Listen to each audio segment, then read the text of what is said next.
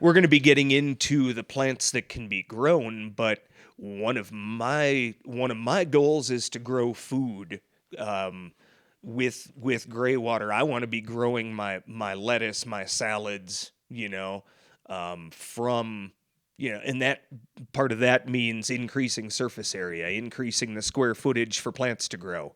Yeah. As far as going down that track, you put more plants in the track. Yeah, totally. Great idea. Yeah. So that's totally. That. I mean, not necessarily applicable to your system necessarily, because you're streamlining for simplicity. Yeah. But in other systems, something like that, a rack, spread that filter medium out. Yeah. Things like that. Which we have the space to do there in the future, Yeah.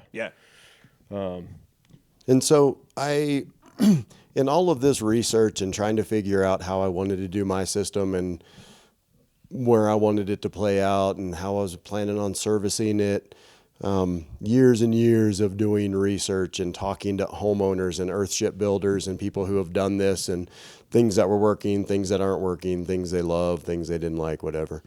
I came across on the internet a commercial company doing contained wetlands who claimed a 100% success record in 35 years, I believe it was, 25 or 35 years of that's a track record. Commercial contained wetlands installations, right? Like that's a serious track record. No failures for real. I'm guessing that info is pretty bulletproof. Yeah, right. And so the only thing that I could find different that they were actually doing that wasn't already identical to the biotexture planter cell was aeration in the bottom of the wetlands. So they actually went through the trouble to put bubblers underneath everything before they put the first layer of gravel down. Which I'm trying to skip, but maybe I won't skip that. No. And I get that. It's pretty key. It's pretty key. Okay. That yeah. Unless you're talking about a big ass waterfall down the side of your house to get that much air entrained into the water to keep it aerobic, keep it oxygenated. Well, and I want to be able to pull the inevitable sediment that will settle out of that gray water down into those lower levels. I want to try to bubble it back up into the root zone and higher into the cell so that the plants have access to it. I'm pretty sure from what I understand, even that stuff that settles in the bottom, as it settles, it goes through an anaerobic/aerobic process that then makes it bioavailable to the plants. So it's almost like allowing it to settle, sit there for a short period of time, and then bubbling it back up out of that could potentially be like a super nutrient for the planter beds. Not that they need that, because plants in these gray water beds are extraordinary to begin with. But nonetheless, I'm just trying to keep that thing from settling in the base. And again, we're looking at so if we look at the way nature creates a wetlands, you have that ebb and flow. The water level is constantly changing. You get a thunderstorm up in the mountains, rivers rise, the swamps, the wetlands rise, and they evaporate out. Some of the moisture sinks in. Like, you're creating that cycling. So everything you can do, it would seem to me that mimicking again that natural cycle of cycling both your aeration, your water in and out of the system, the levels in the system. Creating that change, that cyclic nature in the system would seem beneficial. If that's the way nature does it, there's probably something there. There's probably something there. Comprehend and copy nature. Yeah. So what I'm going to do biomimicry. is I'm going to Biomimicry, exactly. thank you. So I'm going to lay in a bunch of half-inch pecks, right? I'm going to drill a bunch of 1/8-inch holes in it, connect them all at the top, and just blow my air compressor through it. That's what I'm doing. Okay. That's exactly what I'm doing. Cheers. Yeah. I'm going to lay some of the weed cloth over it.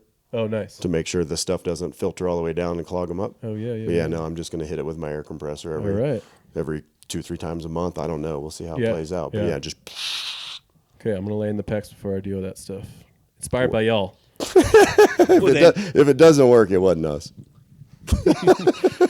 Don't do this at home unless wait a little Don't while. follow our instructions. Wait a little while after this video drops. Yeah, exactly. Wait till the YouTube video of the installation comes, and then we'll talk Well, about now, it. correct me if I'm wrong here, Matt, but you did some thinking ahead in the system you're working on, in that you rubber lined your entire planter so that if you have to, you could just strip it out and start over again. Absolutely. Bingo. I'm a big fan of starting all over again. Well, yeah, because We are earth shippers. Yeah. might as well plan for it in the beginning. Like, Well, and that's we're where I gonna came have to. Yeah, And that's where I came to IBC totes. right. Instead of building a planter bed and going through the masonry reality of building the planter beds and the EPDM liner in them, which I'm only marginally trustworthy of, the IBC totes give me a way to modularize my system that it can grow and shrink based on how many occupants I have in the house. Because that's the other thing that I kind of have to deal with is how many people I have coming and going and what's going on around here. I could have these significant flushes into the system that I need the extra tank that I have to be able to filter the extra usage. Yeah. To use terminology from wastewater treatment, it comes down to residency time, and you have to figure out your flow rates. Like how many gallons per day do you think you're going to be flowing into it, and you need to really size a system for that. But having contingencies, and what do you do when you do have people come over? That's a very good consideration. It's a very good way of designing your system so that you're not underfeeding it or overfeeding it, Which I haven't done at all. and having a margin.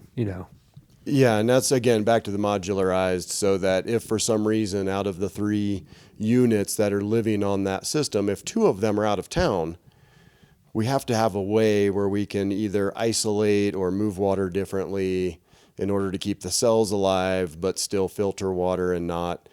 It's a mind-boggling amount of things to actually consider. That, whatever, we're idiots. But whatever, it's fun. One thing I kind of want to do, one thing I want to backspin on was the filtration system. Where on the system I'm working on, I'm going to cut out the grease. Where I'm not going to do where I'm starting out with just shower water and a bathtub. The bathroom sink, where you're brushing your teeth and spitting and all sorts of hairs going down.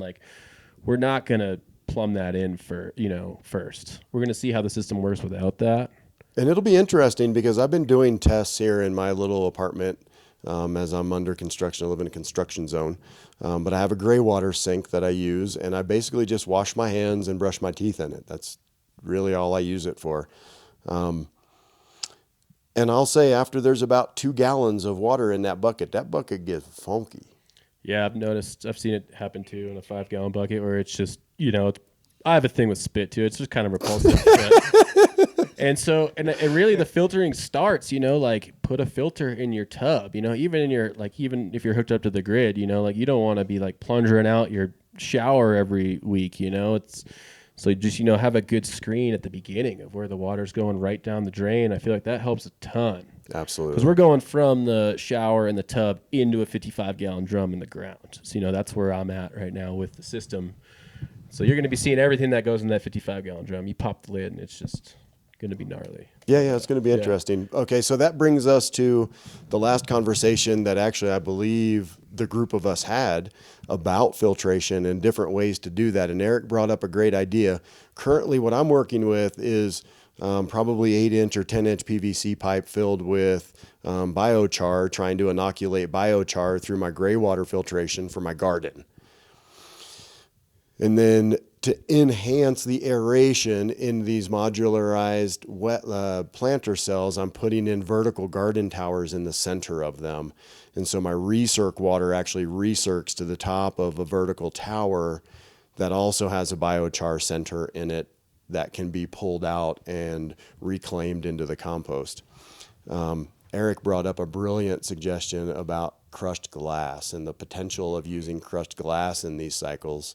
You want to touch on that, Eric, about just more than anything, the cleanability of being able to, the availability of crushed glass, and then being able to pull that filter out easily. And in the event you do have, like, I don't know, maybe you got greasy hair. Maybe you're just a greasy person and you have a lot of bodily oils that end up headed into these beds. It's going to get caught up in those grease traps and in the incoming filtration systems. And at this point, I'm toying with some ideas of using worms and trying to filter through some type of a worm filter where we can isolate the worms but not kill them and let them do it. I know there's some amazing bugs out there that are eating greases that we can utilize. But in real time, if we filter it through glass, the glass, it'll adhere to the glass. You can pull the glass filter out. You can then dump the glass out into something and pretty much wash it easily, I think. Yeah, I mean, I kind of see a glass-filled metal cage, pull it up out of its holder and heat it up. Put it in some system, wherever, and drip that oil and grease back out. Then onto another project, later podcast, gasification. We can do things with that oil and grease, turn them back into other forms of energy. We could actually cook that off during our biochar process. Right. That'd be the perfect time to clean the filters when you're redoing them, making biochar. Right. Right. That's great. You know, and we've I think the three of you have all spoken of charcoal. Have talked on that. Absolutely. For sure. So that begs the question: where are we going to get all this charcoal? And yeah, for the next podcast, the gasification. Right. And so what about, I think all four of us have found ourselves on the wrong side of a vehicle here and there covered in oil. That does not. No. So that doesn't apply to any of these systems, correct? That goes straight to as far as the system I'm working on, we have an option in our shower where that goes straight to the septic. Okay, and that's where the modular system that I'm working with starts to come into play, because I'm going to push my planter cell for the shop. I've got a shower in my shop for that reason.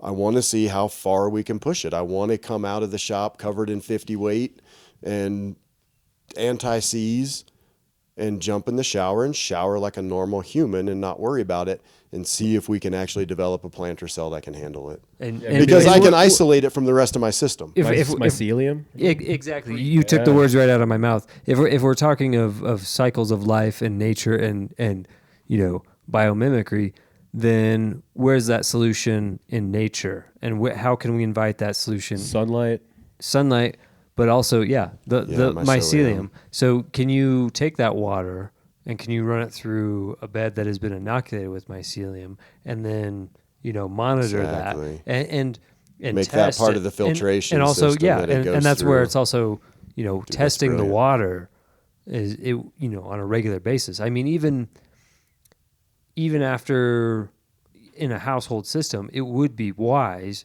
to occasionally test that water at different points to be like, okay, what kind of loading are we putting on this system, and on the backside, what kind of removal are we seeing? And if we're putting in motor oil, okay, we need to be testing for these certain things and looking for that, and so that it's not adversely affecting the plants or things like that. So if you design, then okay, where does that mycelium also kind of come into play in the cycle of life, or the cycle of water, as it were? Yeah, absolutely.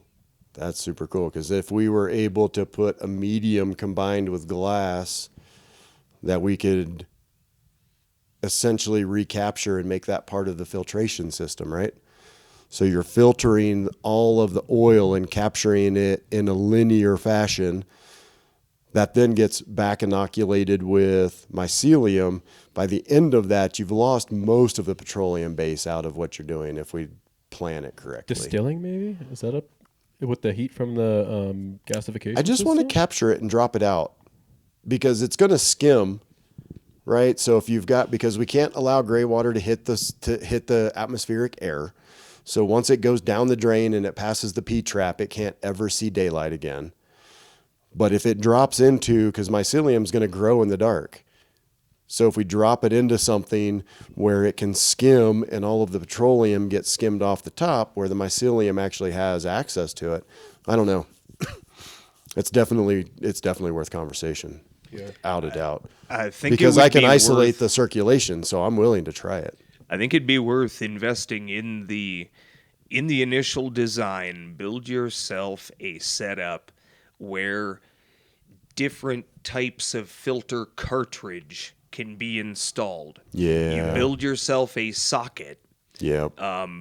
If a specific type and size of barrel, and then you build a specific type and size of filter basket. Yep. And you can try different things to extract that fat, that oil off of it. See what's going to work. Yeah. But putting the time into the beginning of coming up with a standard, like, it doesn't have to be standard across the board for everybody, but like specifically for your system, Donovan, design a socket that a filter assembly of whatever form would drop into. Something that you can handle, that you can lift up out of there to service. You don't need to back up a crane. Yeah, whatever. exactly. That you're not going to make a huge, disastrous damn mess everywhere of sludge and what have you. A system wherein you have a hinged lid or screw-off lid, whatever, and you lift out a filter cartridge. Yeah, we're screw-on lids, I'm pretty sure, to be code compliant. We're screw-on lids, and then we can lift cartridges out. Well, how can we simplify things, though? That's my goal. How have honestly, they simplified it to such a point in like Africa where they can take disgusting water and without pumps and all this fucking westernized crazy fucking shit that we do and have simple drinking water. This really shouldn't fall on us to be doing this. Well, this should fall on the state. I'm saying like if it's called plumbing code. Yeah, no, I get it, but like I know they complicate it, but like can we simplify it and also create a way for them to just come in and be like, oh yeah, the very small amount of plumbing is here, because what I see is, why don't we just create a big biosand filter? Well, Matt has the optimum easy solution. Yeah, Matt's project that he's working on is the optimum easy solution. It's one big planter bed that's got a downgrade in it.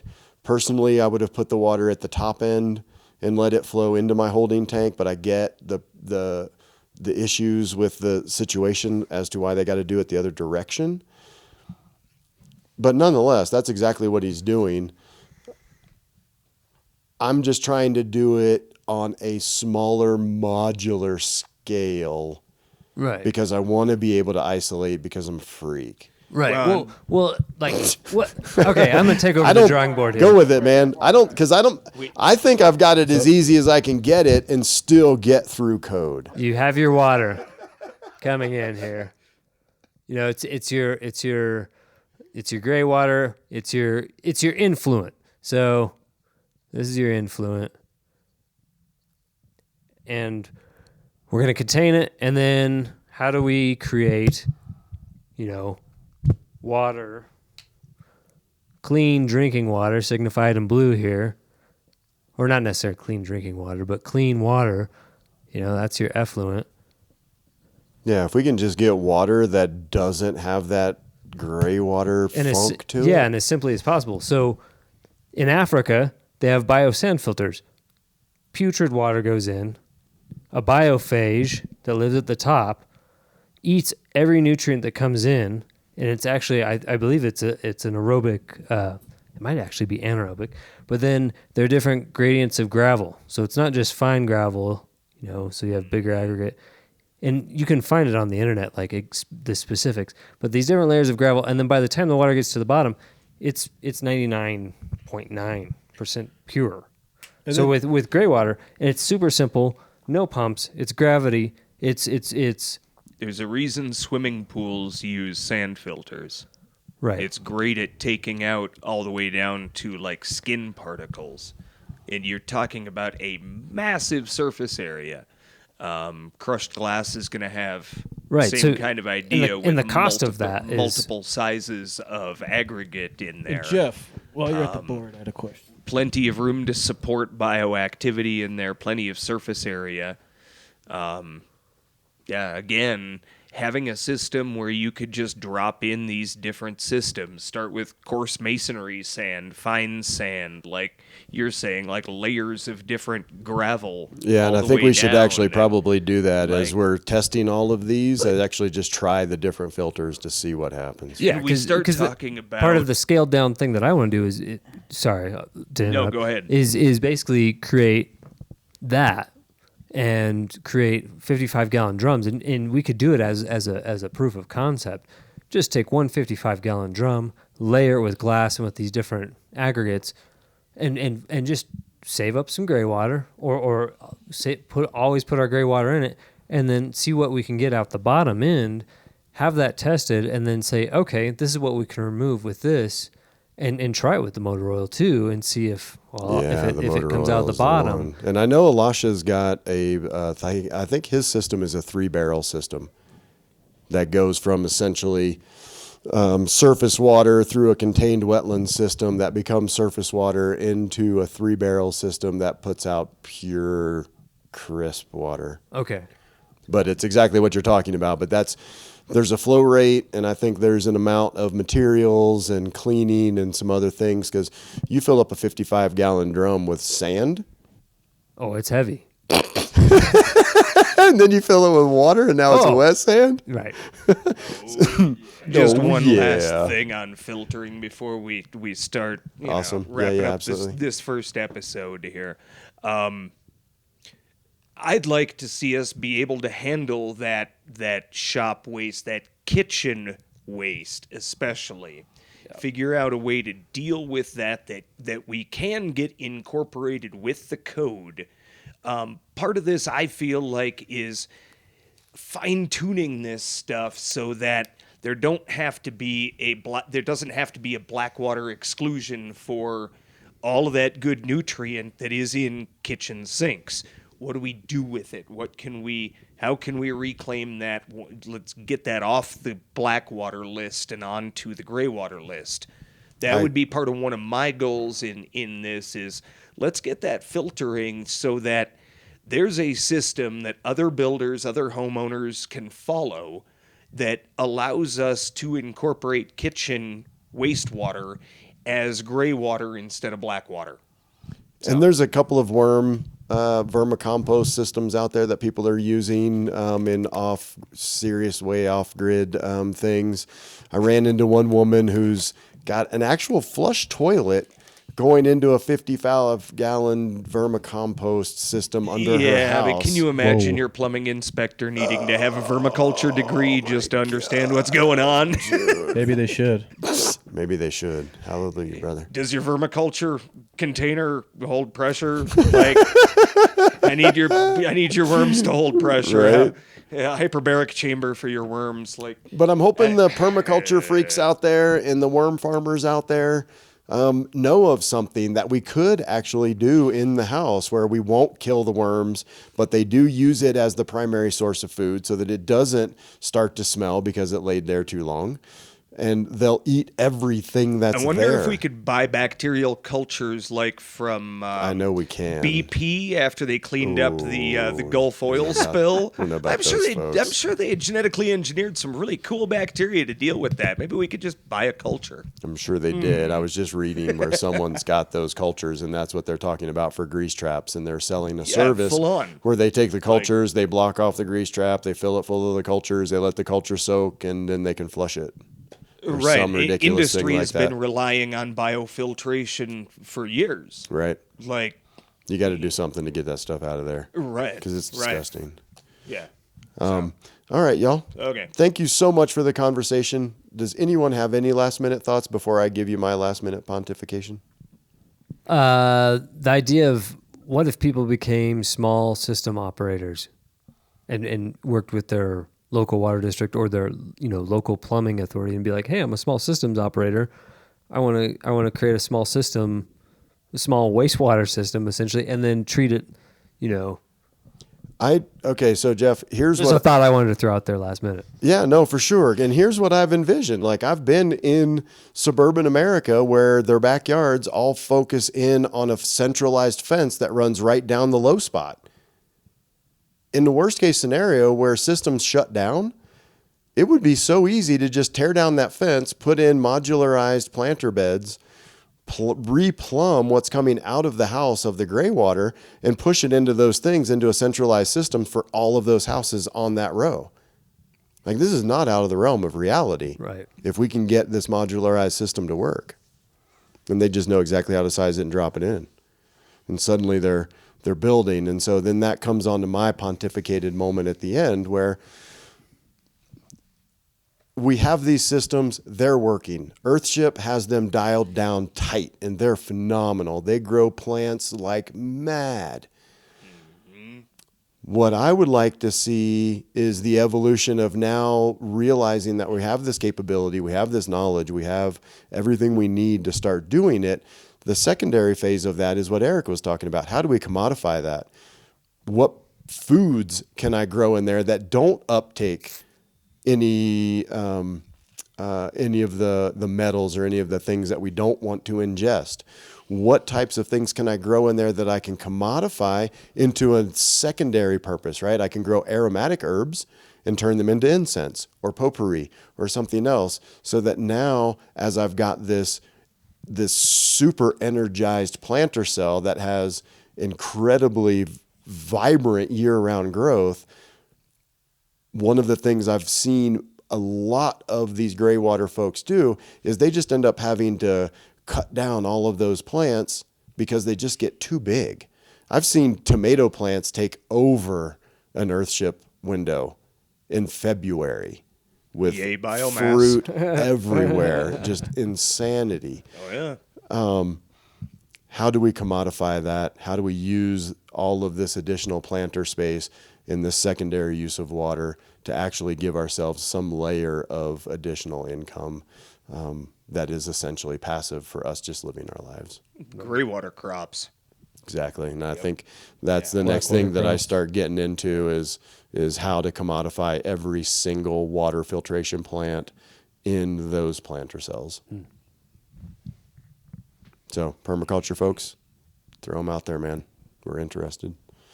All right. If I look at my little thing, we covered everything that's on the outline. You guys rock. Pete, you're the man. Thanks, Pete. Thank Pete. you for Cheers to Pete. bringing all the gear to do this and everything we need to make it happen, and sitting there with that look on your face like, Jesus Christ, you guys need to shut up.